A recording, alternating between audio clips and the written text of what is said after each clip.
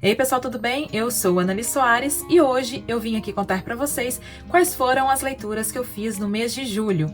Então bora comigo pro vídeo de hoje. Bem pessoal, então vamos lá para a retrospectiva de leituras do mês de julho. Neste vídeo aqui, como vocês sabem, eu conto as minhas percepções, sentimentos, minhas sensações em torno das leituras que eu faço no mês passado, né? É um quadro aqui do canal, eu sei que vocês gostam muito, eu fico muito feliz de poder compartilhar um pouco, né? Um resumo e, enfim, dar um pouquinho sobre o que vocês encontram nestes livros e, quem sabe, né, inspirá-los também a ler estes livros tão interessantes. Se você gosta desse tipo de conteúdo, se gosta de saber um pouco sobre diversos livros, seja de ficção ou não ficção, te convido para, neste momento, aproveitar, se inscrever ali embaixo e também clicar no sininho, assim você recebe as notificações fresquinhas na sua casa. Assim que eu publico o vídeo, você recebe o aviso e pode vir aqui conferir o conteúdo. Bom, então vamos lá falar sobre as duas leituras que eu fiz no mês de julho, muito interessantes, viu? Esse mês foi muito gostoso, eu li 2 romances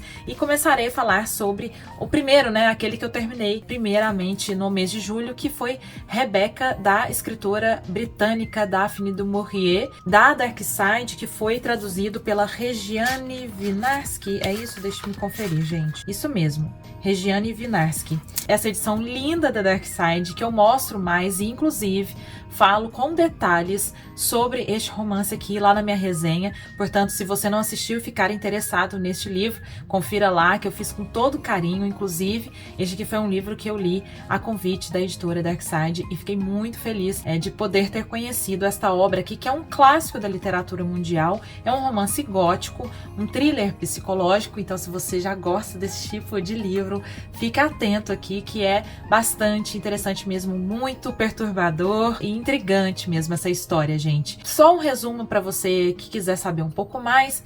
Rebecca, então, é um livro que foi publicado na década de 1930, no final da década de 1930, portanto, como um romance gótico, assim, bem tradicional. Ele tem uma atmosfera bastante obscura, tem esse suspense e esse horror que pouco a pouco vai nos sufocando ou nos abraçando, porque a gente se vê muito envolvido mesmo com a história. A personagem narradora é feminina, que a gente não sabe o nome, que começa a nos contar a história de um ponto, né, da sua vida já mais madura, um pouco já mais velha, e vai então retomar e relembrar a sua história em um passado ali quando ela tinha 20 e poucos anos e conheceu o seu marido, o Maxime de Winter. Naquela época, quando o conheceu, ela era uma dama de companhia, então ela trabalhava com uma senhora, estava ali no hotel durante uma viagem, percebem, né, descobrem que o Maxime de Winter estava também hospedado lá, quer dizer,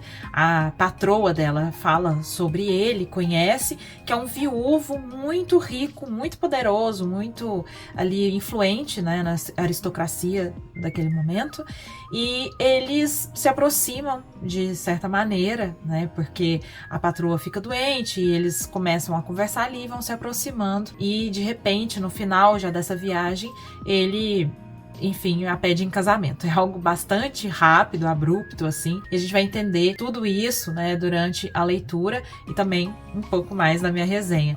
Então ela se casa com esse homem e a grande questão aqui, e por isso que eu estou até falando, né, um spoiler isso, é a maneira como ela vai viver esse casamento a partir do momento em que eles chegam na casa, né, deste marido dela, do Maxime, nessa grande casa que é um palacete, assim, né, da época. Ela irá viver momentos muito angustiantes, muito perturbadores, assombrada pelo fantasma, né, pelas memórias da Rebecca, que é a ex-esposa do marido dela, que a gente sabe que está morta, mas não sabe exatamente o que aconteceu com a Rebecca. Pouco a pouco a gente vai vendo que a sua morte tem relação com o mar, que ela sofreu algum tipo de acidente, e as personagens ali, né, a narrativa vai nos entregando um pouco do que aconteceu, e no final a gente tem a grande revelação, né? Claro que eu não vou contar.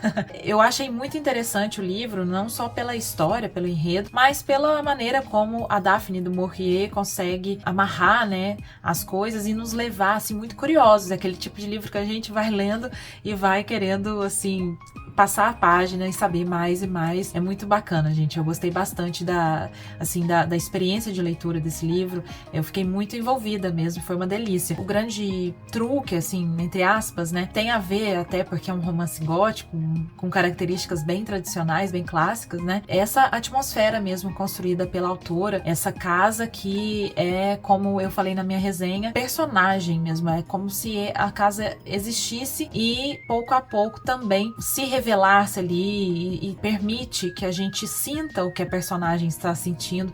É muito refletido, né, o que a personagem pensa, sente, essa obscuridão do passado do Maxine, o desconhecimento que ela tem em relação à história da Rebecca, da morte da Rebecca, do próprio marido. Isso vai sendo descrito também pelo ambiente. Isso é muito legal, não só da casa, mas também do entorno da casa, né? Que tem jardins, uma floresta ali, e também o mar, que é um elemento muito importante para essa obra. Eu comento também na resenha como que o mar acaba sendo elemento, instrumento até de oposição e ou espelhamento da personagem, né, da sua psicologia, e tem também tudo a ver com a própria história da Rebecca, da morte dela, enfim, é bem interessante, sabe? Então, se você tiver curiosa, vai lá na minha resenha, confira todos os detalhes. É um livro realmente, assim, muito gostoso, muito interessante, que é do tipo que até, inclusive, para quem estiver procurando uma leitura mais fluida, assim, é um livro bem gostoso. Depois eu li uma grande obra brasileira de uma das enormes autoras nacionais que a gente tem. Eu sou super fã dela, gente, sou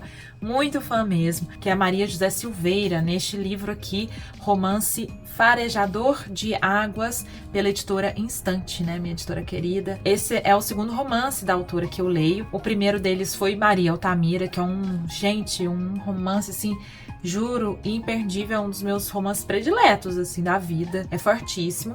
Em Farejador de Águas, a Maria José Silveira volta com tudo e traz novamente este importante olhar que ela... Gente, assim, a obra da Maria José Silveira eu enxergo como uma das mais importantes e de uma maneira bem grandiosa e geral da palavra, mas é uma obra das mais políticas que eu tenho lido e visto, né, serem realizadas aqui no Brasil. Ela trata de temas que são caros, não só para nós brasileiros, mas eu acho que mundialmente, sempre trazendo esse olhar para a natureza, o meio ambiente, mas não de uma maneira que se separa isso de nós, né, do humano e da nossa cultura.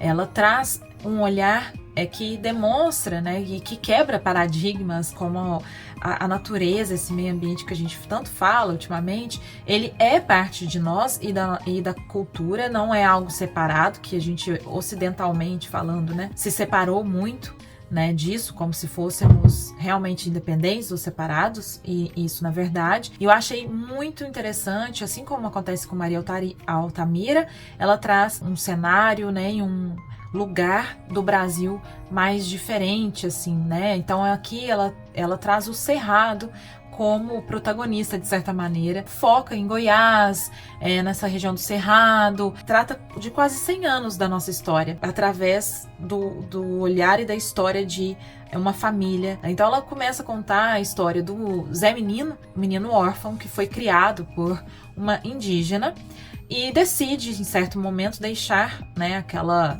tutora para trás, entre aspas, né, deixar ali para acompanhar a Coluna Prestes. Olha que interessante, gente. Então a gente tem todo um histórico, assim, retratado aqui no romance de maneira muito leve, sabe? Ao mesmo tempo que muito denso. É estranho falar isso, né? Mas a narrativa traz uma leveza para este tema e para esse retrato, assim, que é denso, que é muito aprofundado e tudo mais. Então a gente vê ele saindo, né, desse lugar, acompanhando a Coluna Prestes, então ainda muito jovenzinho, e ele tem um dom, assim, ele tem, né, uma missão, um dom, que ele consegue farejar águas, por isso, né, é o nome do livro. Então ele sente como se ele sentisse o cheiro, né, uma sensação no corpo de quando se aproxima água, quando se tem nascentes ou rios, riachos, enfim. Por isso ele toma até uma dianteira ali na Coluna Prestes para, enfim, né, levar essas pessoas para essas águas, né? Então ele acompanha a Coluna Prestes, lá ele vai conhecer a Maria Branca, que é uma garota assim mais ou menos da sua idade, que acaba se tornando o amor na sua vida, sua grande companheira. Então a gente vai acompanhar estes dois, né, e a família que eles irão formar por décadas. E com eles a gente acompanha também, claro, a história do Brasil, esse cenário e o mais importante de tudo, não sei se o mais importante, mas claro, né, chama muita atenção, a transformação do ambiente que eles vão, inclusive o Zé Menino e a Maria Branca, vão estranhando ao longo dos anos. Já envelhecidos, né, eles veem como que, por exemplo, os rios estão mais sujos ou muitas nascentes estão secas, como que há uma derrubada das árvores. Eles são muito conectados, né, com a natureza, então eles entendem e sentem muito dessas mudanças, também, claro, mudanças sociais, culturais, econômicas, refletidas, né, nas decisões de seus filhos. Tem um deles que acaba indo para os Estados Unidos, depois ele vai para a Colômbia, enfim, tem toda uma questão também relacionada às drogas, né? Enfim, é muito, muito profundo, é um livro, assim, super importante, eu adorei conhecer, né? Enfim, eu gosto muito da escrita da Maria José Silveira, eu achei interessante porque é um livro bastante fragmentado, são pequenos trechos que ela traz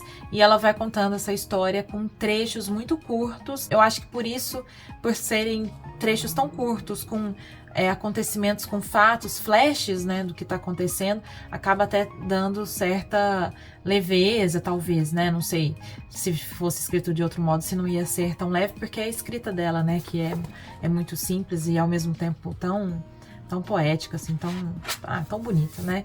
Então, esse aqui é o romance de novo, né, da Maria José Silveira, que eu super indico para vocês também. Bom, gente, um mês aí de duas leituras muito interessantes, dois romances bastante diferentes um do outro, né? Agora vocês vão ali nos comentários pra gente continuar esse papo, me contem lá quais foram os livros que vocês leram no mês de julho, se vocês conheciam esses dois livros que eu indiquei aqui. Lembrando para vocês que eu sempre deixo e deixarei também ali no box de descrição os links de compras desses romances, se vocês se interessarem. Lembro para vocês que nestes links vocês não pagam nada mais pelos livros, mas comprando através deles vocês ajudam o canal. Então é isso, pessoal. Vejo vocês no próximo vídeo. Um beijo grande e até!